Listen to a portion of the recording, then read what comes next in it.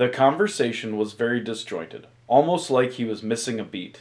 In the end, I left the office confused, but I was told he would just take care of it. What is it? What is he taking care of? All in all, 10 out of 10. Highly recommend. Listen, consultation. I mean, this has been my calling, man, and I jump all over. Because when I was a little kid, like, when I get excited about something, I was like, I love that ball over there, man. I want that ball. I want to be a baseball player. I want to be like legendary Willie Mays. I want to be like Mickey Mantle. I want to be like the guys I idolized when I was walking. And then, all of a sudden, it just switches one day. And one day, you're sitting at home, and you're like, you know what? Baseball was cool. I like playing with my friends. I like going down to the watering hole and hitting some dingers over the fence. But then you're like, you know what? Life changes like that. It just suddenly you think about it and you're like, I gotta start thinking about my future. I want to be in gymnastics. And then you're like, you know what? I'm not flexible. I can't do the splits. Last time I almost did, I ripped my sack open. And then you're like, well, remember when you ripped your sack open and you had to go talk to the nurse about why it was that you ripped your sack open? And you're like, oh yeah, I was trying to do the splits because I want to be a gymnast. And she's like, maybe this isn't for you. And that is the worst case of sack ripping I've ever seen. And you're just like, man, I want to be a nurse because I want to help people. And then I thought to myself, it'd be great. You come in every day and you take that blood pressure thing and you do the... And when you do the blood pressure and you see it and you're like, I'm sorry, man, you got to take these pills to lower that blood pressure because, my dad used to have really high blood pressure. And every Thanksgiving, he'd always be like, when he said grace, he'd always be like, thank you for this meal. Thank you for this family.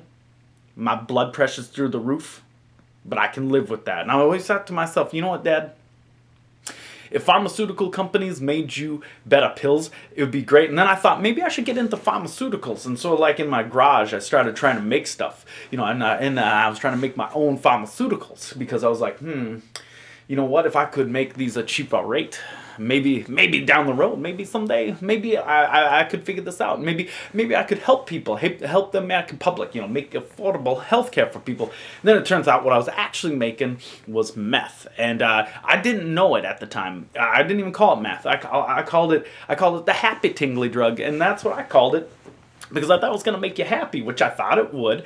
And then I got busted by the police. So as I was going down to the station and going down to the jail, I was kind of like, man, it'd be pretty cool to be a police officer and bust all these meth heads that are out there running amok. And I was like, you know what? Maybe this is the career for me. So I thought maybe I could go in and do that. And I thought, you know what else is really cool about being a police officer? The coolest thing about being a police officer is that you would get your own canine. And I was like, oh man, I love dogs. So then I set up a dog washing business, and I was like, I'm gonna go legit with this.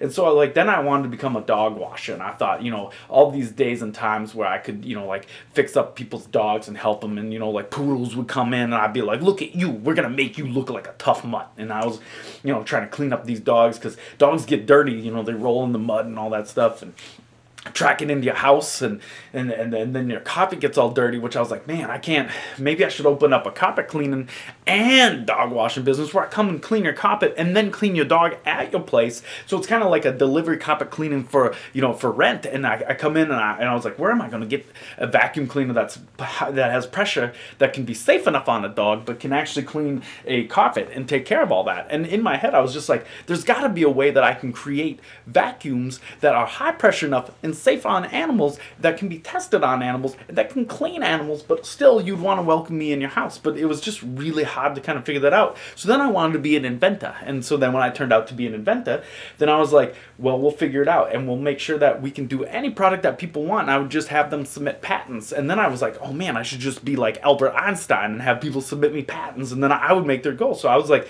if I can be the in-between for making insurance, making these new inventions, if I could be the in-between and tell people how they're supposed to do their product, then I could be a consultant. And that is where I realized my calling was going to be. And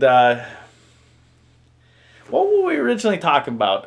We were talking about jumping around, and I just got lost. That's weird. But anyway, I took care of it. I took care of that thing you told me to take care of, because that's what I'm really good at doing. Taking care of shit. That's what I do.